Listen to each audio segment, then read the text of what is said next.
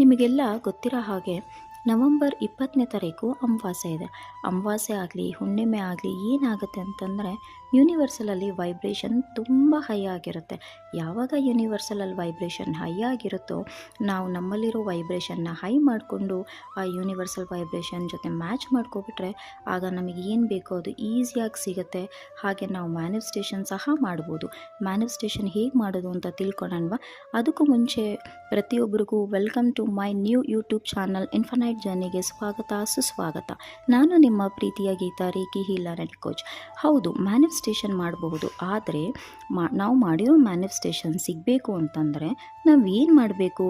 ಯೂನಿವರ್ಸಲ್ಗೆ ಇಷ್ಟ ಆಗೋ ಥರ ಇರಬೇಕು. ಯೂನಿವರ್ಸಲ್ಗೆ ಏನು ಇಷ್ಟ ಆಗುತ್ತೆ, ಹೇಗಿರಬೇಕು? ಪಾಸಿಟಿವ್ ಮೈಂಡ್ಸೆಟ್ ಆಗಿರಬೇಕು.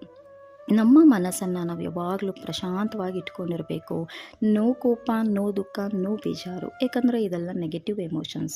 ನಮ್ಮಲ್ಲಿ ಪಾಸಿಟಿವ್ ಎಮೋಷನ್ಸ್ ಇದ್ದಾಗ ನಮ್ಮಲ್ಲಿ ಫ್ರೀಕ್ವೆನ್ಸಿ ಹೈ ಆಗಿರುತ್ತೆ. ಪ್ರತಿ ತಿಂಗಳ ಅಮಾವಾಸ್ಯೆ ಆಗಿರ್ಬೋದು, ಹುಣ್ಣಿಮೆ ಆಗಿರ್ಬೋದು, ತುಂಬ ವಿಶೇಷತೆ ಹಾಗೂ ಹೈ ವೈಬ್ರೇಷನ್ ಇರುತ್ತೆ. ಈ ಸೀಕ್ರೆಟ್ಸ್ ಆಫ್ ಮ್ಯಾನಿಫೆಸ್ಟೇಷನ್ನು ನೀವು ನೋಡಬೇಕು ಅನ್ನೋ ಕ್ಯೂರಿಯಾಸಿಟಿ ಇದ್ದರೆ ಫಾರ್ ಮೋರ್ ಇನ್ಫಾರ್ಮೇಷನ್ ನಾನು ಡಿಸ್ಕ್ರಿಪ್ಷನ್ ಬಾಕ್ಸ್ನಲ್ಲಿ ಲಿಂಕ್ ಹಾಕಿರ್ತೀನಿ, ದಯವಿಟ್ಟು ನೀವು ನೋಡ್ಬೋದು. Thank you so much.